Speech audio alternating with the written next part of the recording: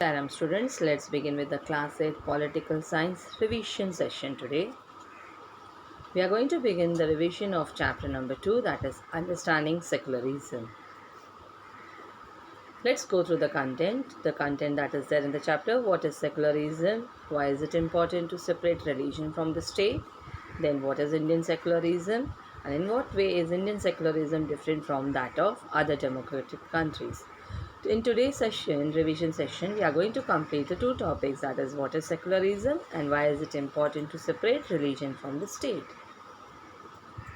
Now, children, before starting here, let's understand what is secularism. See, imagine yourself as a Hindu or Muslim living in a part of the United States of America where Christian fundamentalism is very powerful.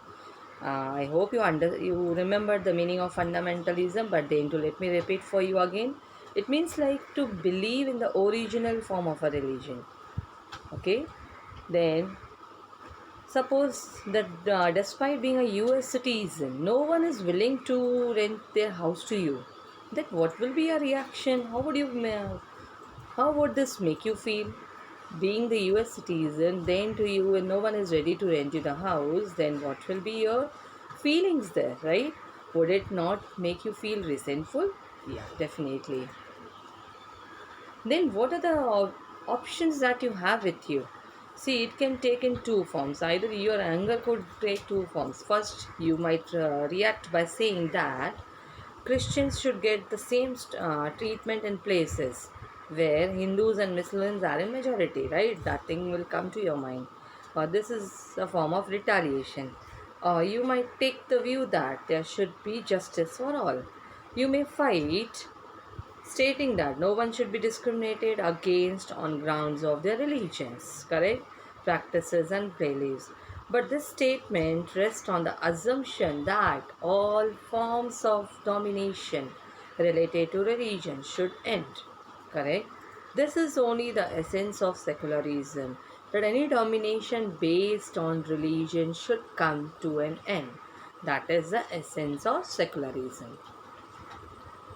Now, here the examples, the history provides us with many examples of discrimination. If we'll see the examples based on discrimination, exclusion, and persecution, that is on the basis of religion. Now, let's go through one of the example here given in your textbook also. It is like Jews were persecuted in Hitler's Germany, and several million people, mostly they were Jews only, they were killed. And one more example here, the Jewish state of Israel treats its own Muslims and Christians minority quite badly. This is what is happening in Jews. And even the second example is given here in Saudi Arabia. Non-Muslims are not allowed to build a temple, church, etc. Nor can they gather in the public places for the prayers. So, in these above examples, what we can understand, the members of one religious community either persecute or discriminate, right, against members of other communities, religious communities. This these act of discrimination takes place more easily when it is happening. Now, try to understand when these acts of discrimination takes place. It is more easily happening when one religion is given official recognition by the state at the expense of other religions. Let me repeat this. These are the important words you have to understand. These acts of discrimination takes place when one religion is given official recognition by the state at the expense of other religions. So, what is to be done in this? Now, clearly, no one would wish to be discriminated against because of their religion, not dominated by another religion, right? So, in India, can the state discriminate a citizen on the grounds of their religion? Let's see now here. See, if you know about the Indian Constitution contains the fundamental rights that protect us against state power as well as against the tyranny of the majority. The Indian Constitution allows individuals the freedom to live by their religious beliefs and practices as they interpret these. So, in keeping these things, these ideas of religious freedom for all, India also adopted a strategy of separating the power of religion and the power of the state. That is only the secularism.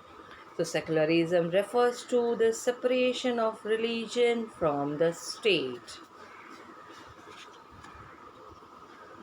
Now, why is it important to separate religion from the state?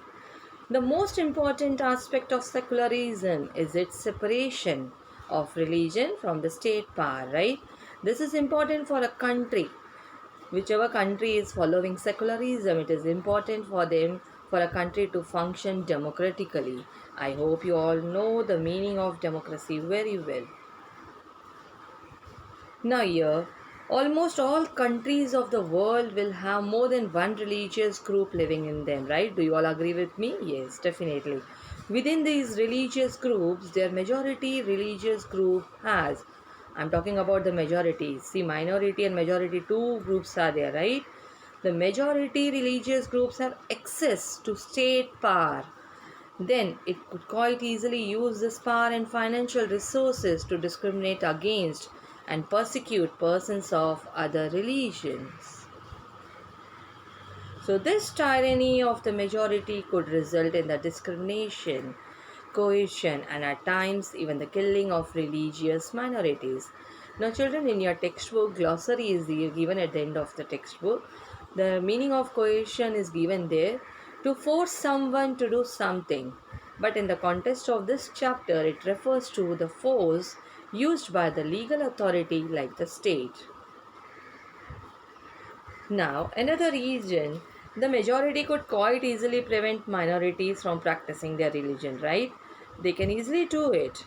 Then any form of domination based on religion is in violation of the rights that are democratic, that a democratic society guarantees to each and every citizen. Democracy is based on that principle only, that right to each and every citizen, equal rights to each and every citizen, right?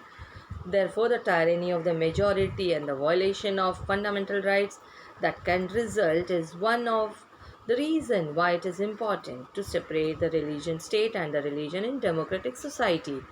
Now, let's understand the another reason that will be required. The another reason that is important to separate religion from the state is that we need to protect the individual, the freedom of individuals, because we need to protect their environment, because they should not be able to exit from religion. They can embrace another religion or have the freedom to interpret religious teachings differently. Now let's understand the meaning of the term freedom to interpret. The independence that all persons shall have to understand things in their own way. Like, let me repeat the words again. Freedom to interpret means what? The independence that all persons shall have to understand things in their own way. But in the context of a chapter, it refers to the person's liberty to develop their own understanding and meaning of the religion that they practice. So here I can give you the example. The image shows you about the untouchability. To understand this point, that freedom to interpret, the practice of untouchability, you might feel that you dislike this practice within Hinduism and therefore you want to try and reform it. But however, if we'll talk about this, if state power were in the hands of those Hindus who support untouchability, then do you think that you would have an easy task to try and change this? No. Even if you were a part of the dominant religious group, you might face a lot of resistance from fellow members of your community. So these members who have control of the state power might say that there is only one interpretation of Hinduism and that you do not have the freedom to interpret this differently. So here children, today we have completed the two topics on the first part of our revision, that is what is secularism and why is it important to separate religion from the state. So the remaining two topics that we are going to learn in the second part of revision. Till that, go through the slides that has been given in this, even the main videos, main PPTs that have been uploaded at the time of teaching you the chapter.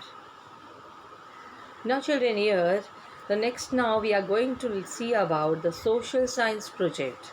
I hope, let's talk about that social science project that was given to you in the month of May. During your May vacation you got that project. The topic for that project was a debate, right? It was comparison of governments in India, United Kingdom and Russia, right? You were supposed to